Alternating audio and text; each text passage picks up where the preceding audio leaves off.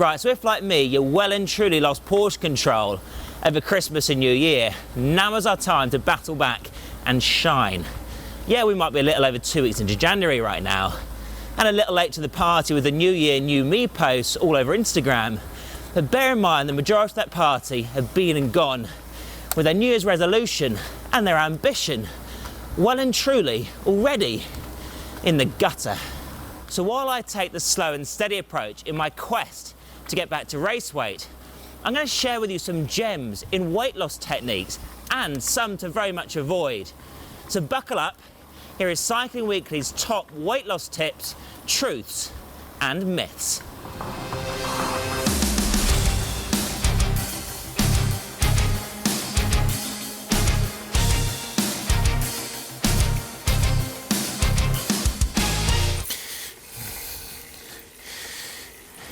So people associate working hard with getting hot and sweaty.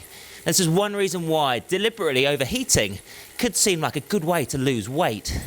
Another reason is that boxers typically use the method to make weight before a fight. I mean, after all, the body is mostly water, so if we lose a few millilitres, I mean, that's going to get us in shape, right? Well, you can turn down the Eye of the Tiger music and stop pretending you're in a Rocky movie, because unfortunately sweating it out does not work as a reliable weight loss tactic. So unlike boxers, us cyclists, we don't got to make weight. All that's going to happen by us losing fluids in our bodies, with cycling being an aerobic sport, that loss of water is only going to result in a huge drop-off in power. We're only going to have a marginal reduction in our weight, which will be temporary at best, and it's just going to result in a week of mopping up the floor.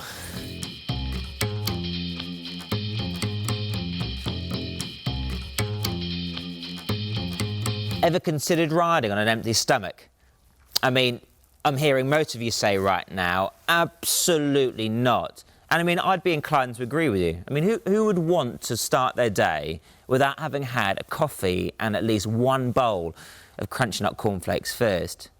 In fact, if you can grin and bear it though, so we're told, it could well be your golden ticket to shifting that Christmas bulk. So how do you do it then? My personal routine when I was a pro was to get up at 8 o'clock, I'd do an hour on the road on just a black coffee, then I'd come back and have a carb protein-rich breakfast prior to my day's training session. So obviously there's a lot of personal preference in here. However, last year we happened to speak to Judith Howden, who at the time was head nutritionist of BMC racing team. Now, she said for some of her riders who happen to struggle with weight, she said a couple of times a week she'd prescribe 20 minutes on the turbo prior to breakfast, exclusively zone 1, so that's chatting pace like we're doing now, and that's going to help boost the metabolism to help promote weight loss. So now here's a top pro tip. Drinking that black coffee prior to your riding is going to help suppress your appetite as well as boost your metabolism. So if you can make it to that coffee machine first thing in the morning without crashing on the floor, then it's going to help you massively in your day's training.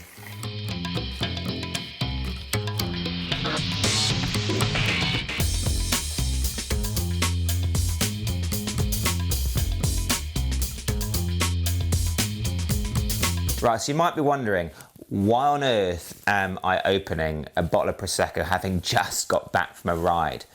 However, have you considered that maybe there could be a correlation between drinking bubbles and losing weight? Again, this is another technique which is very much of an old school chain of thought. And it's something I first heard about from actually a mentor of mine who used to race as a pro back in the 70s. Now, what he used to do, he'd do a 5-hour ride on one bottle and no food. Admittedly, he would have a good breakfast before he went out. But once he'd finished his training, he wouldn't eat and he'd have just one glass of bubbles, whether that be champagne or in our case here, Prosecco, to quench his thirst and help him miss a meal. I mean, it's an expensive habit at the best of times, let alone using it to form the backbone of a weight loss strategy. However, in the hunt for KOMs and the risk of becoming an alcoholic, if it works, is it worth it? Well, unfortunately not. I mean, there are far healthier ways to go about restricting your calorie deficit. However, if there's one thing this teaches us, it's that listening to the old know-it-all on your club run isn't always the route to wisdom. wearing weights while training. Bit of a tongue twister, that. I mean, it's very Graham O'Brien-esque, but I mean, he revolutionised aerodynamics with positions such as the Superman. Could this equally wacky form of training be beneficial when it comes to weight loss? So it has been proven that wearing weighted vests, ankle weights, or in our case, a rucksack full of cycling weeklies, can increase the intensity of basic exercises, which in turn can potentially increase the speed at which you lose weight and get better toned muscles. It's an old school way of thought, yes, and it's often overlooked by many. However, those who choose to embrace it, there's a lot of performance benefits to be had. I mean, it's essentially like going to the gym, and as you might add weight on to a squat you might be doing, you do the same thing here. The only thing you've got to be careful of is you've got good riding technique in the first place to avoid getting injury. Now, it's often known that riders of Bernard Hinault's era use techniques such as this to turbocharge their training pre-competition. Is it extreme? Yes. Does it work? Absolutely.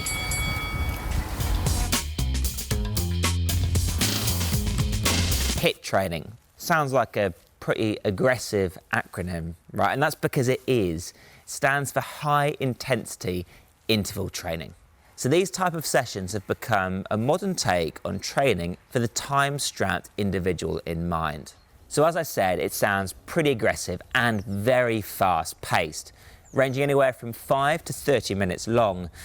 They rely on a highly structured, very intense workout, which requires really good carb-heavy fueling, but it's guaranteed to shoot your metabolism through the roof. So it's an absolute winner in my books.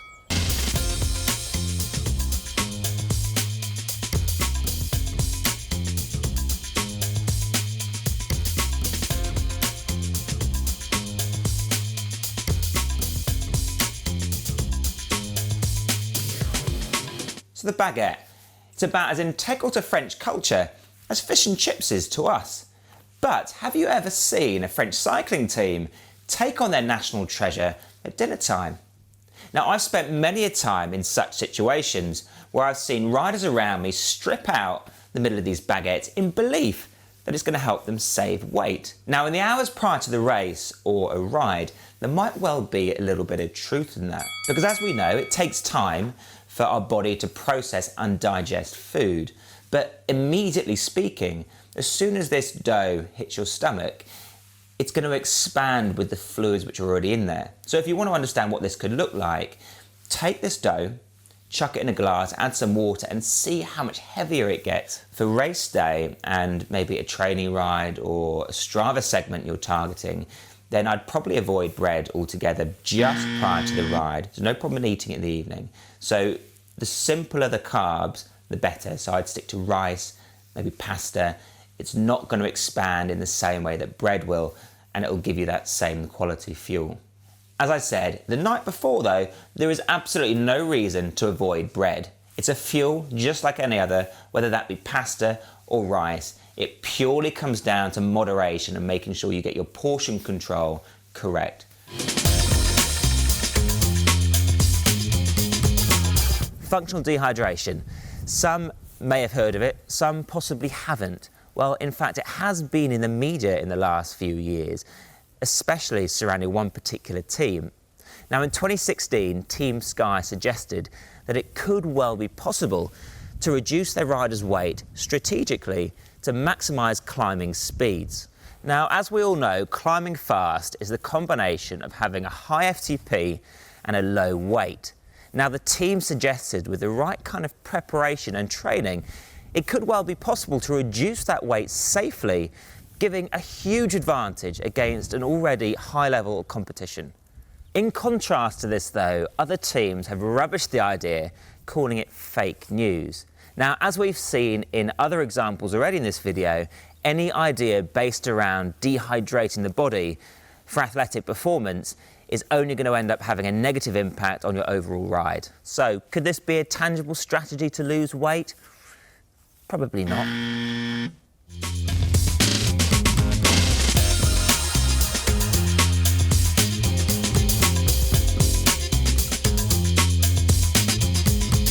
Now, if you're wondering why I've stripped my cycling clothes off and I've got a woolly hat on, stood next to a bin full of water surrounded by ice, for a final one, you'd be hard pushed to find a better weight loss method than jumping in an ice bath.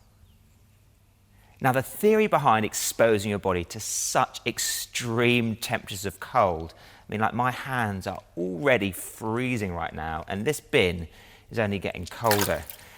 I mean, it is gonna make my body burn calories at an absolutely staggering rate. Now, not only will I burn calories, it is also a method used by top-level athletes to promote recovery and reduce inflammation on a day-to-day basis. So how does it work? How on earth does jumping in this help us burn fat? Now, believe it or not, we have two types of fat cells in our body.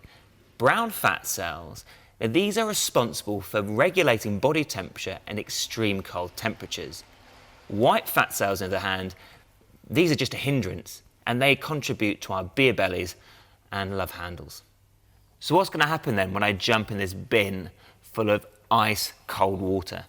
Well, the extreme drop in temperature is going to activate my brown fat cells in my body to start going into overdrive to regulate my body temperature at 37 degrees. They then recruit the white fat cells, which are essentially our love handles, to help out. Now, by using ice baths, you can burn an additional 500 calories a day to help out with your other weight loss techniques. Now that's a heck of an amount for just that little bit more suffering. So now that I'm in here, I mean, the initial shock of getting in ice cold water has kind of gone. My body is now, believe it or not, numb. And this is something which is very, very normal to go through, and it's nothing to be worried about. Make sure you jump in with a woolly hat on though. You know, it makes you feel that little bit warmer. But how long have you got to sit in this thing for? Studies suggest between 6 and 8 minutes, 2 to 3 times a week. Now, it doesn't just burn calories, it also promotes hormone balance in your body, helps reduce the risk of diabetes, gives you better sleep, and improves your immune system. So for me, it gets an absolute super tick, and it is my #1 thing to do to help lose weight and promote recovery. Now, it's important to note that weight loss can only be achieved by going into a calorie deficit. So any weight loss technique needs to be combined with a healthy, balanced diet. Portion control is king. For now, I hope you enjoyed seeing me go blue in the face in the name of science, and I hope you found some really useful tips in weight loss techniques if you're looking to get rid of that winter bulk. Now, if I haven't gone hypothermic in the next hour, I'll see you guys very soon. In the meantime, subscribe to our channel to see some really cool videos coming very soon, and give us a like while you're at it. Have a good one.